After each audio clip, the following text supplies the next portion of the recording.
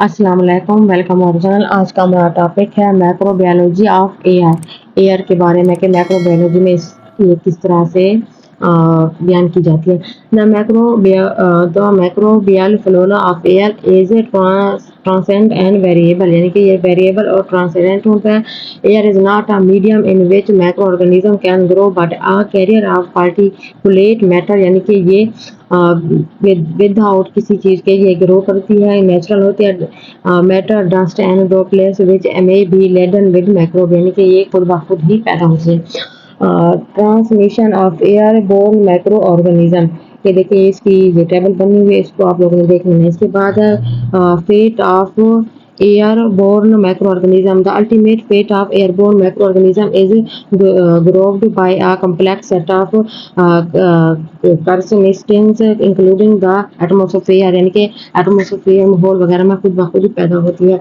इसमें humidity, sunlight हो गया, temperature, size of particle, bearing of macroorganism, ये सारी चीज़ में आ जाते हैं। इसके बाद नेक्स्ट है nature of the micro organism कुदरती होते हैं। The degree of susceptibility of resistance of a particular species to the new physical environment, यानी कि डिसीज ऊपर से आते हैं, हवा से फिजिकली इन्वायरमेंट में मौजूद होते हैं। इसके बाद the microbial content of air. All thought no microorganisms are indigenous to air, the air in our immediate environment as well as that several miles above the reach surface, यानी कि ये surface यानी कि ऊपर की तरफ होती है, दाएं बाएं भी चलती है जो एयर होती है। over land and as well over water contain various species of microorganism in large or small number, यानी कि बड़े और छोटे नंबर, लार्ज भी होते हैं, स्मॉल भी होते हैं, दोनों नंबर में आती है। इसके बाद है indoor air. The degree of microbial contamination of indoor is influenced by factors such as ventilation rates, crowding nature and degree of activity of the individuals occupying quarters, यानी कि क्वार्टर्स वगैरह इनमें भी पाए जाते हैं। इसके बाद sources of carry transmissions. The airborne microorganisms are carried on dust particles वगैरह में पाए जाते हैं, और इन droplets expelled from the nose and mouth, यानी कि मुंह और गले से ये अंदर जाते हैं। स्नीजिंग, हमें खांसी होती है, coughing and talking। साइज हो गया, particles of dust raise the surface and droplets expelled from the respiratory tract को मुतासर करते हैं। Vary in dimensions from microorganism to millimetre, इसकी रेंज है मिलीमीटर वगैरह में। These in low micrometre range can remain airborne of long period time, long period में भी होते हैं, कम पीरियड में भी होते हैं। The dust becomes airborne intermittently during period activity in the room वगैरह में भी ये पाए जाते हैं। इसके बाद है typical example tubercle bacilli have been isolated from the dust of sanitoria, यानी कि ये डस्ट होते हैं सैनिटोरिया की। इसके बाद नंबर बी पे है diphtheria bacilli and haemolytic streptococci. Diphtheria bacilli and haemolytic streptococci have been isolated from floor dust near patient और carriers harbouring these organism, यानी कि ये पेशेंट में डस्ट वगैरह जो फ्लोर पर होते हैं, फर्श वगैरह पर, उसके पेशेंट में ये दाखिल होता है। इसके बाद outdoor the atmosphere. Algae, protozoa, yeast, mold, bacteria have been isolated from air near the surface of earth, यानी कि ये जमीन पर होते हैं, डस्ट वगैरह का सबब बनते हैं। Mold spores constitute the largest portion of the airborne microflora. The predominant mold spores were of the species Cladosporium. Among the bacterial types were spore-forming and non-spore-forming, gram-positive bacilli, gram-negative cocci and gram-negative bacilli, ये सारे इसमें include होते हैं। Occurrence यानी कि वकूअ पजीरी bacteria and mould spores have been found high above the earth's surface, यानी कि ये जमीन पर बड़ी हाई अमाउंट में ये पैदा हुए थे। The variable bacteria and fungi occur at an altitude of 3000 meter in air masses all the way across the North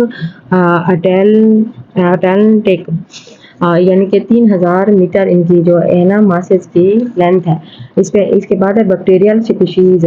Bacteria are characterized are macrococcus, Sarcina, gram negative rods, gram positive pleomorphic rods, ये सारे इसमें आ जाते हैं। इसके बाद next आ जाता है aerobic spore forms, उसके बाद फंगल स्पीशीज है क्लाडोस्पोरियम हो गया, एल्टरनेरिया, पोलेरिया हो गया, पेंसिलियम, बैरवेटिस, स्टेमफेलियम हो गया, ये सारे क्लास दो। Sporium is the most abundant over land as well sea, यानी कि ये समुद्र वगैरह में बहुत ज़्यादा इंपॉर्टेंट स्पीशीज के तौर पर माना जाता है। इसके बाद है Diasis of microbial analysis of air. AFP analyzes the sampling of air that determine the microbial content requires special instruments, several devices, either solid implement devices, liquid impingnements devices have been designed for the purpose, यानी कि ये बहुत ही ज़्यादा अच्छे तरीके से design किया जाते हैं। लिक्विड इम्पिंगमेंट डिवाइसेस, यानी लिक्विड भी होता है, सॉलिड भी होता है, सारी फॉर्म में होता है। इसके बाद नेक्स्ट है technique use, some of the technique and devices use for microbiological analysis of air are described as below. Setting plate technique, sieve and slate type samplers, membrane filter, ये सारी चीज़ें जो ना यूज़ की जाती है इसे टेक्निक के अंदर। ये देखें साथ में इसकी जो स्ट्रक्चर है ना वो भी बनी हुई है, इसको आप लोगों ने देख लेना है।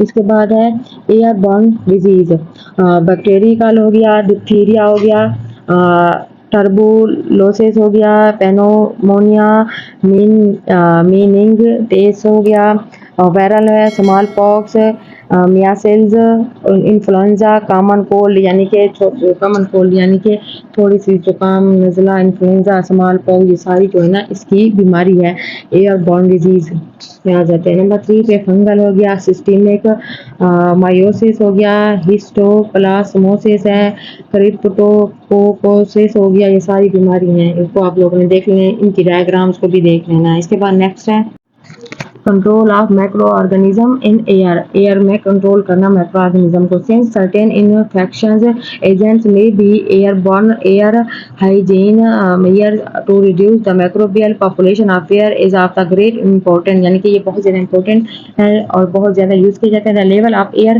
कंटामिनेशन कैन बी रिड्यूस और the air can be sterilise as the situation demands by the application of some of the physical and chemical agent, physical और केमिकल एजेंट के तौर पर यूज़ किया जाता है। There are several effective methods of controlling the level air contamination which are discussed as below, यानी कि ये भी चीज़ों में डिस्कस किए जाते हैं।